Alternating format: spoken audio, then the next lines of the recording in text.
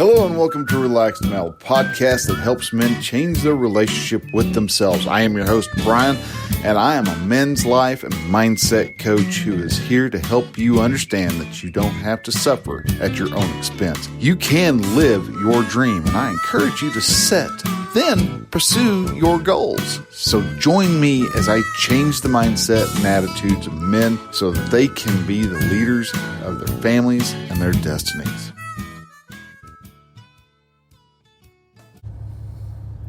Hey man, hello and welcome to Relaxed Male. All right, oh my gosh, has this been a week? At least it's been a weekend. Had Labor Day weekend, all that, and I was not able to get a recording done. I am actually at the day job right now, and so I am sitting next to a semi truck that is running so he can have air conditioning. I've turned my truck off. And I don't have air conditioning because I would like to try to give you all the best audio quality I can. And so hopefully not too much of the truck noises make it through. But we're going to go pretty quick. We're going to go pretty fast. And I will explain what's happened this week also. But before we do, I want to say hello and welcome to all the new guys. I am Brian. I am a men's relationship coach. I help men get the nice guy out of their life. And a lot of people want us to think, holy smokes, why would you want us to be jerks? Nice guys and jerks are two sides of the same butthole. All right? That's the cleanest way I can say it, because usually it's both sides of the same asshole. So there we go. I said it. All right, we're staying on that certain direction.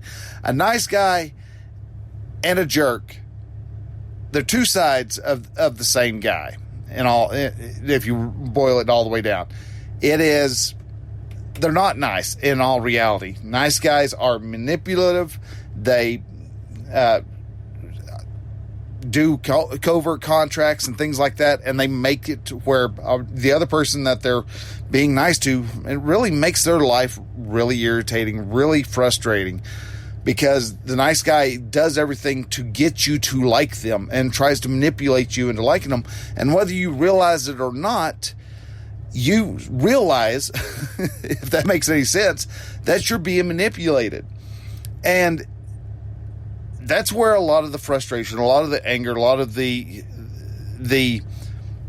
resentment towards nice guys comes from. That's why nice guys are friend zoned all the time by girls, because they hate being manipulated, and nice guys, they just do it out of habit.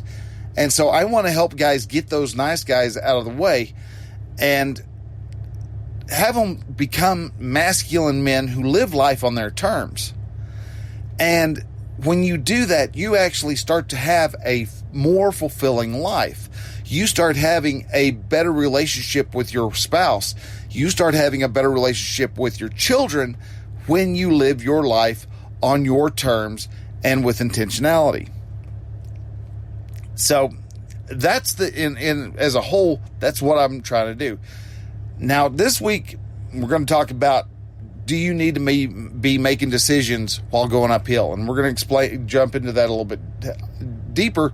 But first, like I said, I wanted to talk about this weekend. And it falls into this, what we're talking about really easily. This weekend, for whatever reason, my iMac decided to just take a huge old dump. Not a full dump, but it took a big one. Because the most important part of what I use the computer for is to connect to the internet. Well, my Ethernet disappeared.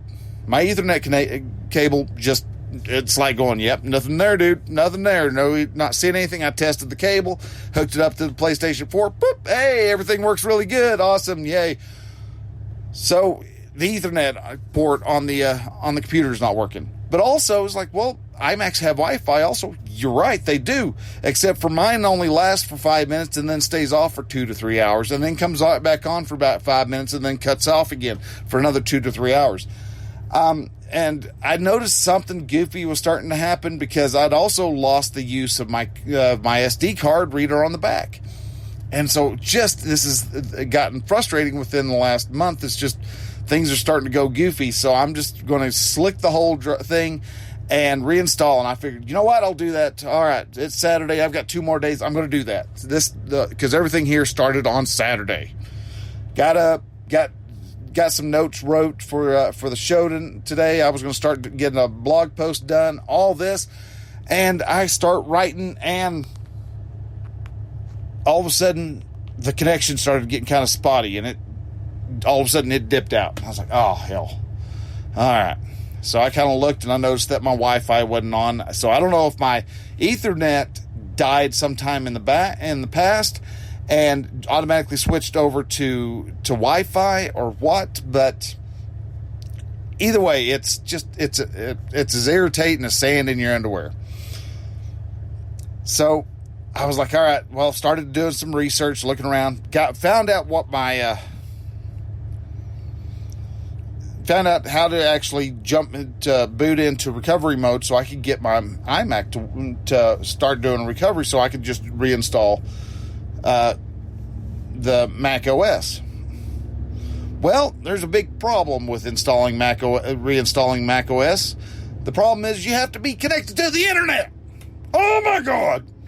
And I cursed, and I screamed, and I grunted, and I groaned, and I cried, and well, not physically cried, but I cried out. And all Sunday, same thing. I was trying this, I was trying that, I was trying to find a working download where you can download an installer. You would figure there would be hey, there's an installer here button somewhere on Apple's website, but no, Apple doesn't give you that at all. Tried doing an install, do a download and install for Montgomery, which is Mac OS 12. You click on it, and it tries to update you on through the App Store. You click on it, it tries to update you on the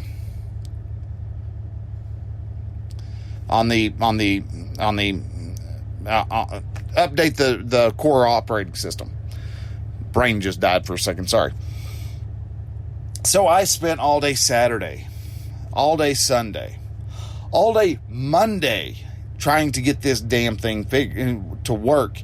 I had to go, and I was trying to figure out, well, can I download, off of, onto the Chromebook? Because that's the other. I have a desktop that's got Windows 8 on it, or not a desktop, a laptop that's got Windows 8 on it somewhere in the house. But for whatever reason, the gremlins decided to be really fun to run off with it, and so I can't find it. I looked for it half of Sunday. And so after all that, and finally I got it downloaded, at least on the Chromebook. Found out I had saved the I don't know. I'm gonna have to do a multiple step format on my on my thumb drive so that I can put the information, the installer, off the Chromebook onto the thumb drive, take the thumb drive over to the Macintosh and transfer it over, then slick the thumb drive, get it to where it's a bootable copy, and then install the installer onto the thumb drive. Is that going to work? I don't know. I ran out of time. Finally, eventually, Monday evening came along. It was time to eat, so we ate, and I was just like, sat down and watched Elvis. But there was a lot of times where I was so tempted just to throw both fingers up in the air and just say, forget it. All right? Just to step away, just to, in aggravation, just say, screw it, burn the whole damn thing to the ground. Let's not do the podcast anymore. Let's not do the blog anymore. Let's not even try to do coaching anymore. I mean, there was a lot of different types of those thoughts that went on. And that whole instance right there is like going uphill. Now, the reason why I call it going uphill is because my original idea on this is a while back, I was out. A long while back, when I was first out living on my own, I used to like going down to Paladera Canyon, which is over in the Texas Panhandle. And in the Paladera Canyon, there's a place you can go to the lighthouse, and it's a good little walk. It's not like 10-mile jaunt or anything. It's like maybe 3 or 4 miles round trip. But when you go in the late spring, early summer, there's a lot of times it gets really hot down in the canyon. And you can walk there and walk back. And there's a lot of times people, especially in really hot periods, there's people who will go up there thinking that they can make it up there and make it back and no problem without any water. And you've got to have water when you go on these walks down in the canyon. And so, no, I had my water and all that, and I knew where I was wanting to go. And so I was going to head over that way for the first time, and it just kind of kept on going. And I was like, holy smokes, what in the hey? Come on, man. You could see a little bit of the top of the lighthouse from time to time, but you really just couldn't really see it. And you have a little bit of a hill, but it's not too big. But when you're hot, tired, and you're starting to, your jug of water is half empty already, you're starting to question your whether you did something, like you did something right, or if you need to turn around and go, call it a day and try something different. And I could have easily turned around somewhere along there as the little 1.5 2 mile journey over to the lighthouse was starting to get a little bit rough, or a lot rougher than what I was expecting, because I figured people just kind of go up and down, back and forth all day long. So it's just nice short little jaunt around a bend, and boop, there it would be. No, it's a little ways back in the canyon, and so you have to make a decision when you're doing that. Do you go ahead and call it quits? Do you say, never mind, we're not doing this, we're going to go ahead and head on back to the house? Or do you go ahead and go, yeah, let's press on? Glad I pressed on, because once you got to a certain point, all of a sudden it almost completely opens up, and there's the lighthouse sitting right in front of you. And it's a very awe-inspiring,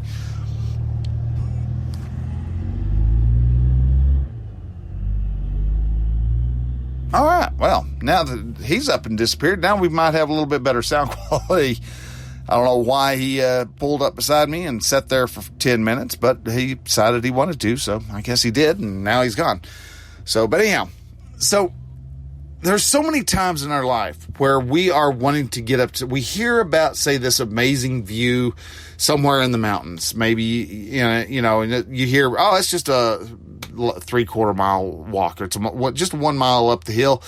Beautiful. You see this crystal blue lake, and you get all the mountains behind you. You start hearing the stories, and especially if you were with like kids and stuff, and you and your wife, and you've got 2 kids with you, and you decide, hey, we're going to go up and go look at it. You start walking up there, and it's not cold, but it's not warm, or it's kind of warm. It's not cold. And so the further you get up and the more you work, the higher up in the elevation you get. So you're breathing hard, and the sun's not having to go through as much atmosphere, so you're starting to sweat a bit, and the kids are starting to get a little tired, and they're getting a bit cranky, and so you have to eventually make a decision. It's like, well, do I stay or do I go? And that is the big question. Do you continue on and get up there and see what everybody's talking about, or do you just go ahead and just say, never mind, I'm done, let's step out? Because if you stop and you head back down, you're going to miss the beauty of that particular hike. And that happens a lot throughout your life. Going up that hill is a bit tough. It's not the hardest thing you're going to do, but it's a pretty steep climb. No matter what you're doing in your life, you've got some type of hill you're going to come across. And as you go up that hill, you have to make the decision. Do you go to the top, or should you just try to find another way around? And I always recommend that you make the decision before you commit to going uphill. Because when you make that decision, when you're halfway up the hill and you go, never mind, it's not important, you're really going to put yourself in a bit of a bind, because first off, you're having to,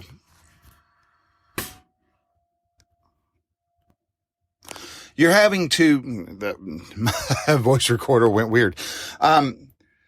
You're having to make a decision while you're going up. And if you've ever driven a truck or a standard pickup or standard car, when you're going uphill, you really don't want to be doing a whole lot of shifting. You want to get into the gear that you are comfortable with and putter on up the road. Because if you are going up the hill and you try to shift gears while going up that hill and you don't time it right, you can lose all your gears. You won't be able to find which gear to drop into, and you'll have to completely stop, set the gear, and then putter up, and then you're going to go even slower because you lost all that momentum you had to begin with. Second of all, you're not going to want to shift into, fourth gear when you saw how hard it was to go from third to fourth before. So you're going to lose your momentum. And if you're trying to get like a business going or something like that, and things get tough and all of a sudden you lock up on trying to make a decision, you're losing that momentum. And I've had a lot of cases, where I've lost momentum. I'm struggling with gaining my momentum back after last week. And you're like going, really? You lost that much? Yeah, you lose a lot of momentum really quick if you're not paying attention.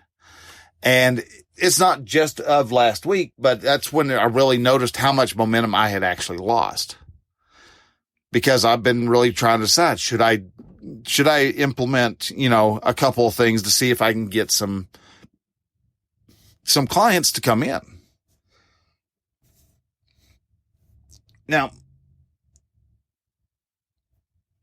when you're going uphill, when you're facing that challenge, and that's all the uphill is, that's going uphill is the challenge of whatever you're facing.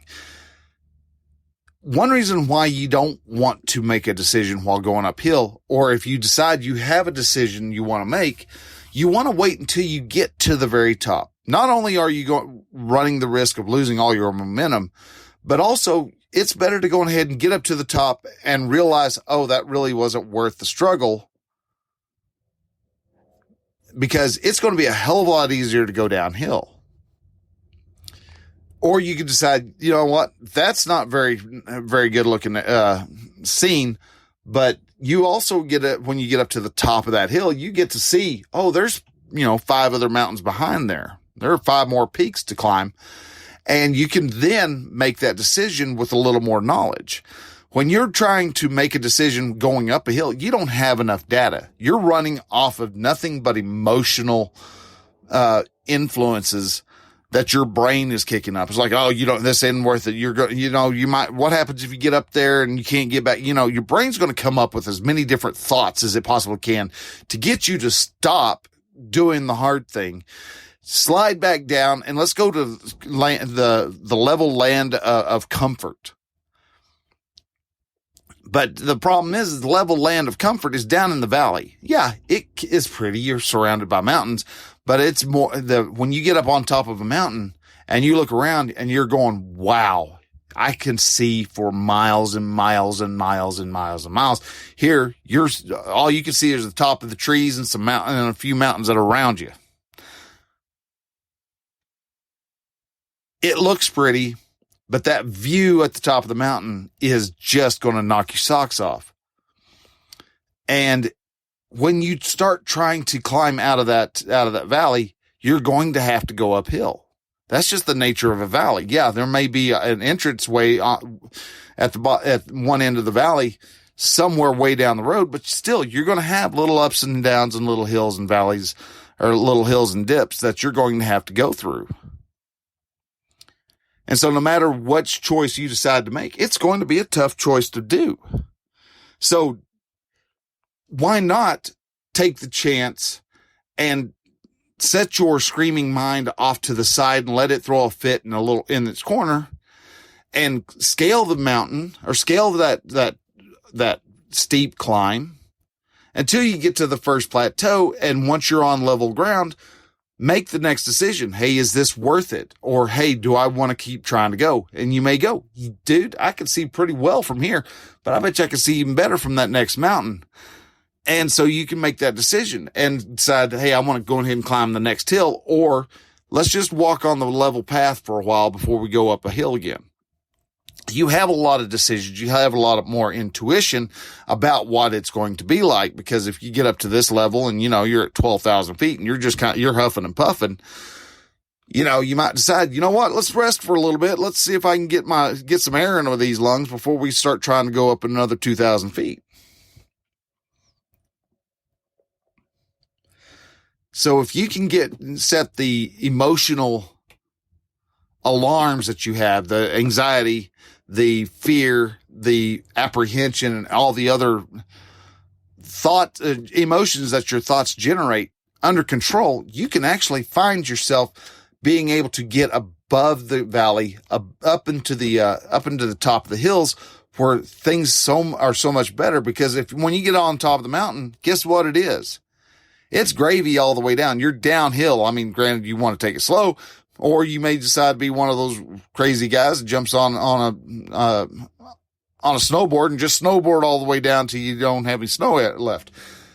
But either way, it's a lot easier to go downhill than it is to climb. And your brain knows that. And so if you can get the emotional chatter taken care of in your brain, and you can get it set to the side, you will have a lot easier time. Are you going to go without any chatter? No. I've been doing thought work on my computer, of all things. You would think I would have to worry about thought work on a darn computer, but no, it's an inanimate object, but by God, it occupied a whole chunk of my brain process this whole last weekend. But that's just how it is. You're going to have the ups and the downs. The ups going to suck, but if you power through it and don't try to shift gears going uphill, you'll find that you eventually do make it up there. You may slip, you may slide a little bit, but you're still able to get up to the top of that first plateau and be able to make a decision from there. So guys, with that, I'm going to go ahead and make this one fairly short because it is starting to get really warm inside this cab. But in closing, I want to say thank you very much for listening. If anything about this resonated with you, if it is sounding like something you would really be interested in hearing more of, on your podcast app of choice, hit that follow, hit the subscribe or follow button. And then also share this out. Share that with a friend that you think it would resonate with also. Knowing somebody who's really struggling, share this out with that guy. Share it out with whoever you can think of that with this would really give a great benefit too. Because sharing this helps our group grow. The more people we get in here, the more we can actually start developing a great community. The more guys we have in a community, the greater the information and the greater help we can give to each man.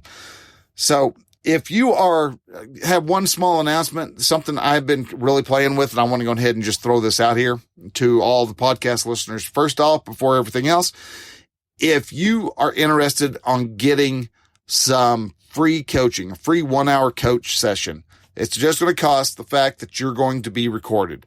I want to start trying to set up another episode a week of me having coaching sessions with people so that you guys are able to understand, and I'm repeating myself now, able to fully grasp what coaching actually is, how coaching can actually help you. Because I believe if you start seeing how coaching helps you, you would go, oh, that can be very handy. I want to have him help me. So if you're interested in that, please shoot me an email, brian@relaxedmail.com, or you can go to relaxedmail.com/contact and just let me know that you're interested in getting the free 1-hour coaching. And from there, I'll reach out to you and we'll talk and we'll see if we can set up a Saturday where we can do some recording. So, all right. So guys, with that, thank you very much for listening. If you like this show, if you wouldn't mind, also just one more thing. This is not something you have to do, but if you like this show, go ahead and do a rate and review it. This is just to let guys who are interested in the Relaxed Male see, hey, this guy, what's this guy talking about? How is he helping you? Go ahead and kind of let other people know that this show is actually helping them. This will actually help convince other guys to go ahead and come on into the Relaxed Male so that we can start, again, grow the community. So guys, with that, I thank you very much for listening. Y'all have a great rest of the week. We will see you next week. Till then, bye.